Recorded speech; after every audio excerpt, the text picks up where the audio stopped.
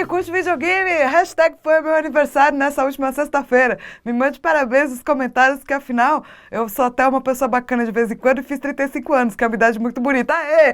Bem-vindos ao GamePad, programa que te conta os paranauês para você manjar mais dos paranauês. E esse mês a gente está fazendo um mês especial do Cachorrino. O Cachorrino é malucado e a gente está falando apenas sobre loucura. E a gente continua nesse tema. A gente fez 2 sobre vilões, mas nem apenas, somente, vive a loucura de vilões. Ela também entra no ramo dos heróis e deturpa a mente dos coleguinhas. E a gente, como a gente sempre faz no Gamepedia, vai criar categorias lindas e maravilhosas, onde depois você vai poder encaixar o seu herói favorito. E daí me conta nos comentários aonde o seu herói favorito se encaixaria. Além de me dar parabéns, é claro, porque foi meu aniversário. Entre o descender e o medo do descender, que a gente falou, Foucault e as musas inspiradoras de Sócrates, a gente tem aqui muitas coisas interessantes. Mas se você quiser saber só do tipo, as coisas do mal, insanas, tem um vídeo sobre H.P. Lovecraft, que é um autor muito incrível, e a gente fez um Gamepad especial para ele, porque ele influenciou muitos games, e você deveria assistir. Por enquanto, vamos falar de heróis. E para mim, a primeira categoria são os heróis que domam as loucuras, porque eles têm uma missão. Sabe aquele cara que aconteceu alguma coisa no passado dele? Ou aquela mina, né? A gente vai começar. O primeiro exemplo é uma mina. E daí ficou lá estragada, passou mal, e tá toda sensibilizada, mas ela fala, não serei sensível, porque eu tenho uma missão. E depois que eu cumprir essa missão, aí eu posso falar de sentimentos, porque eu não gosto muito de falar de sentimentos. Essa é a nossa primeira categoria, e acredite ou não, existem 400 trilhões, mais ou menos pelas minhas últimas contas, de games que gostam basicamente desse tema. E para mim, um dos melhores exemplos é a Jack, do Mass Effect 2. E ela tem todo o direito de ser meio estranha e meio coitada e meio bizarra, porque no passado dela foi usada como um experimento para coisas genéticas horríveis. E agora ela tem uma missão, então ela tem que se focar nessa missão. Mas é claro, para você resolver a questão da lealdade dela aí, você tem que, com ela, resolver a missão dela, que pode se resolver de várias formas, dependendo de como você escolher. E olha, a Jack fica uma personagem super, duper, uber legal. Até mesmo alguns personagens carismáticos e fofos entram nesse ramo. Por exemplo, o Phoenix Wright, quando ele tá com o Professor Layton, no Professor Layton versus Ace Attorney, ele tá um pouquinho estranhinho. Ele não tá assim, seu normal. Outro personagem que não é normalzinho nem um pouquinho é o Squall de Final Fantasy VIII. Ele tá passando por uns problemas, né? Ele tá tentando domar essa loucura. É claro que ele, no meio do jogo, meio que quase perde isso. Tem consequências, é claro, mas depois ele volta aí a se focar na missão, porque é isso que ele tem que fazer. E por final tem o Chris Redfield do Resident Evil 6, que nesse jogo específico, depois do seu esquadrão ser quase todo, ou todo, na verdade, morto, ele fica meio mal e meio louquinho, mas ele precisa domar isso para poder, obviamente, enfrentar zumbis, porque os zumbis não podem tomar o mundo, tenha muito medo do apocalipse zumbi. É claro que isso pode acontecer no decorrer do jogo, mas muitas vezes serve como uma premissa no começo do game. E um exemplo que eu gosto muito é a Jade do Beyond Good and Evil, que ela tá ali sendo fotógrafa linda, fofa, maravilhosa. Chega uma galera, destrói o farol dela, praticamente parece que matam todas as crianças, tipo, corta o seu coração. E aí é que começa o jogo. Então o jogo começa por conta dessa missão. Em vez dela ficar toda paranoica, etc., ela resolve que isso vai ser terminado nos termos dela. E é claro que muitos games vão usar isso como uma premissa como um todo, tipo um Silent Hill, que acontece com o James e tal. Porém, contudo, eu acho que o que acontece com o James deveria ser até uma categoria nova, porque é uma outra categoria também bastante usada nos videogames, que seria, a gente não sabia que ele era, na verdade, meio louco, né? Porque, por exemplo, no final de Silent Hill 2, desculpa, spoiler, Gamepad é assim, a gente dá spoiler. Você descobre que o James está tentando lidar com a morte da esposa e esse mundo de Silent Hill, que é o mundo que se apresenta para ele, é um mundo de dentro da cabeça dele. E essa é a fórmula que também vai ser usada um pouco diferente, mas também vai ser usada em Silent Hill Homecoming, com o Alex Shepard, o outro protagonista que também, depois você descobre que na verdade ele é meio louquinho. Tem em Heavy Rain, por exemplo, o Origami Killer, que é um dos personagens o qual você controla, e depois você vai descobrir que ele é um total psicopata, você não sabia. E a galera diz que até o Link de Majora's Mask, essa é uma teoria de fã meio louca, que na verdade essa coisa de as pessoas não lembrarem o que ele fez e tal, não foi por conta de um paradoxo temporal, foi porque na verdade nada disso aconteceu, tudo isso só aconteceu na cabeça do Link. Eu acho essa teoria engraçada e não necessariamente verdadeira, mas tá aí, cabe dentro desse nosso tópico. E meu último exemplo que eu gosto muito, muito, muito, muito é a revelação de Knights of the Old Republic, olha eu dando mais spoilers, de que na verdade você é o maior Sith da galáxia. Só que você teve sua memória apagada, você não lembra. E daí rola essa confusão de afinal quem eu sou, quem sou eu. Você é pior do que somente louco, porque você é um louco que é um Sith do mal. Mais um tipo, e esse é um tipo que a gente também ama bastante, tem 40 milhões de jogos que se encaixam nessa categoria, que seriam os personagens que ficam meio malucos, porque eles estão possuídos por alguma entidade ou por algo.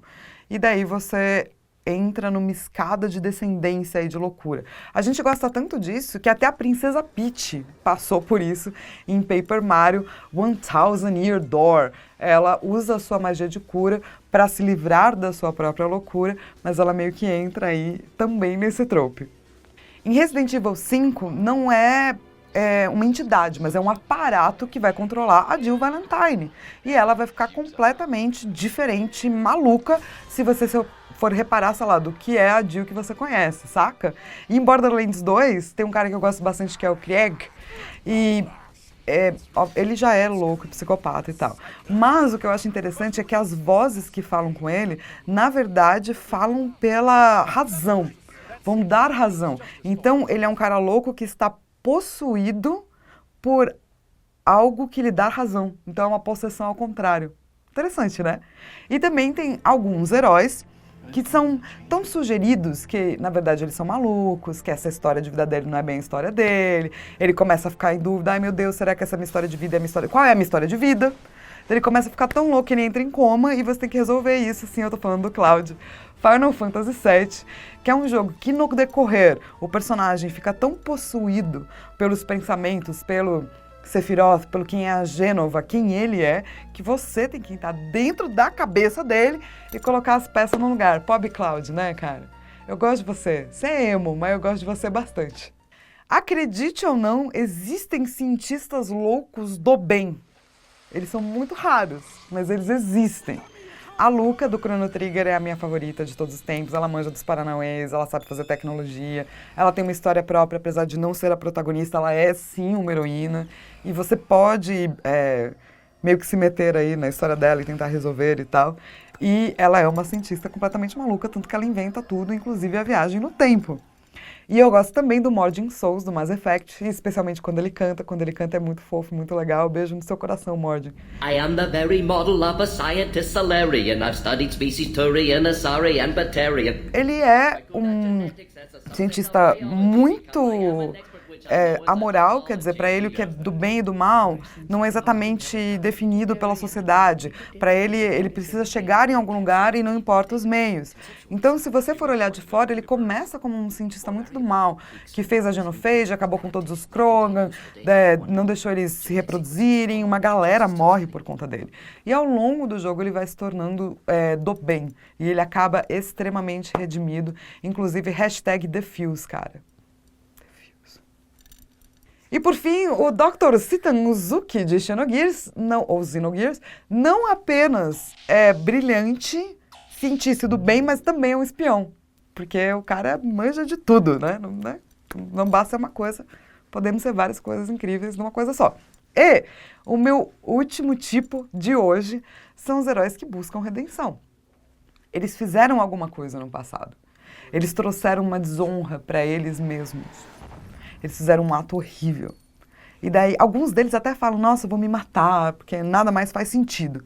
Mas depois, ou antes deles se matarem, eles decidem que eles vão, numa quest, uma demanda por redenção.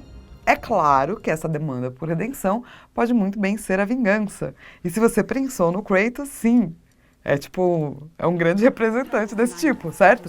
Ele matou a família por conta da influência de Ares, mas foi ele que pediu para Ares esse poder. Então é uma coisa bem de tragédia grega mesmo. E depois ele vai lá e destrói todo o Olimpo. E ele agora está na mitologia nórdica, porque não tem mais quase nenhum deus grego para ele assassinar. Outro personagem que tem um passado que o atormenta e ele fala, cara, foda-se, vou morrer mesmo nas minhas missões e tá tudo bem, é o Max Payne. Ele perde a família E daí todos os jogos entre 1, 2 e 3, ele busca por algo que nem ele sabe o que é. Então para ele, se ele morrer no meio de uma missão, protegendo outra família, por exemplo, ele tá feliz com isso. E outro jogo que tem um bando de personagens que buscam por redenção é a saga Metal Gear. Bilhão, do Grey Fox ao Raiden, ao próprio Snake. É só você ver o trailer de Metal Gear 5, que você já vê que o tema entre a loucura e a redenção são colocados bem no começo. Afinal, não é muito normal você pegar as cinzas dos seus amigos e passar no seu rosto. Não faça isso em casa, tá? Não é uma coisa normal de se fazer. Combinado? Assim, cá entre eu e você? Ótimo. E a minha dica da semana é um filme chamado Return to Oz, que é um filme interessante e muito louco, porque nele a Dorothy é questionada se tudo que ela viveu é real. E ela acaba internada, obviamente ela também retorna a Oz, mas você fica ali com a sensação de que será que aquilo é verdade ou não. E o filme é feito com a Fairuza, a menina dos Jovens Bruxas, que é mega legal. E é isso, semana que vem eu tô de volta com a parte final dos Gamepedia sobre loucura. Inclusive, se você quiser pedir um tema pra mim, pede nesse e-mail higiene@ign.com que a gente faz um Gamepad especial para ti. Beijo. Tchau.